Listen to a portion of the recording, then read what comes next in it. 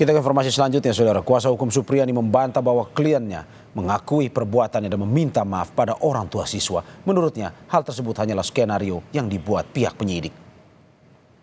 Dalam pemeriksaan saksi, Kepala SDN 4 Baito mengungkap penyidik meminta dirinya membujuk Supriyani agar mengakui perbuatannya dan meminta maaf pada keluarga korban agar tidak dijadikan tersangka.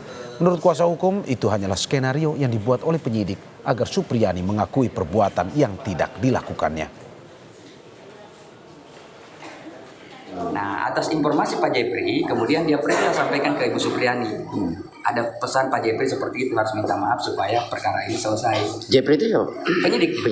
Nah, dengan terpaksa dia sama-sama lah KS, kepala sekolah tadi datang ketemu Pak Bowo. Jadi pada saat datang ketemu Pak Bowo, dia minta maaf, kemudian ditanya Pak Bowo apakah melakukan, dia mengangguk iya dan sambil menangis. Jadi yang permintaan maaf tadi yang sebenarnya diskenariokan oleh Jepri itu dijadikan alat baru bahwa seakan-akan Ibu Supriyani sudah mengaku ya. Jadi ini kan luar biasa memang dimainkan ini. Bupati Konawe Selatan Surunudin Dangga mencopot Sudarsono Mangidi dari jabatannya sebagai Camat Baito. Pencopotan itu akibat Camat Baito tidak pernah melaporkan terkait perkara guru Supriyani. Menurut Surunudin, sebagai bawahan mestinya Camat berkoordinasi dengan atasannya untuk mengambil langkah-langkah konkret penyelesaian sengketa hingga perkara tersebut tidak harus sampai ke pengadilan. Tidak melapor, jadi kita hanya melihat dari, makanya kalau Camat main medsos ini wah repot ini. Semua masalah kita tidak tahu.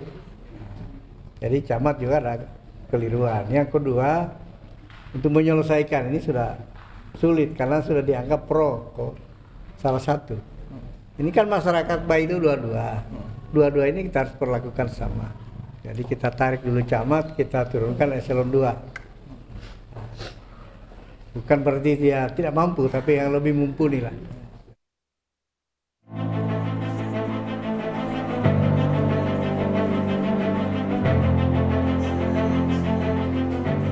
Proses hukum Supriyani, guru yang didakwa menganiaya anak didik, masih terus bergulir di Pengadilan Andolo, Konawe Selatan. Tidak hanya keterangan Supriyani, sejumlah saksi juga dihadirkan di muka persidangan. JPU menghadirkan 5 orang saksi, diantaranya kepala sekolah, 2 orang guru, serta ayah dan ibu korban. Fakta persidangan terungkap, Supriyani bukan perwalian atau guru yang bertugas untuk mengajar di ruang kelas korban. Dari keterangan salah seorang guru yang menjadi saksi, korban merupakan anak kelas 1A, sementara Supriyani mengajar khusus kelas 1B. Pengakuan tersebut dikuatkan melalui keterangan Andre Darmawan, kuasa hukum Supriyani. Ada kejadian pembunuhan berdasarkan keterangan saksi Ibu Lilis sebagai wali kelasnya Dalma. Keterangan anak kan kemarin berbeda-beda. Ada yang bilang pemukulan jam 8.30, ada yang tidak tahu jamnya, ada yang bilang jam 10. Itu kami sudah konfirmasi semua. Bahwa untuk yang jam 8.30, Ibu Lilis masih di dalam ruangan dan tidak ada kejadian apa-apa. Kemudian untuk keterangan bilang jam 10, sesuai dengan dakwaan dengan ada satu keterangan anak. Jam 10, Ibu Lilis mengatakan bahwa jam 10 itu sudah pulang semua anak.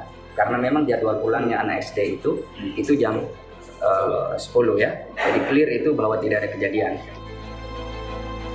Kasus dugaan penganiayaan anak polisi ini bergulir di pengadilan setelah upaya mediasi difasilitasi Polres Konawe Selatan menemui jalan buntu.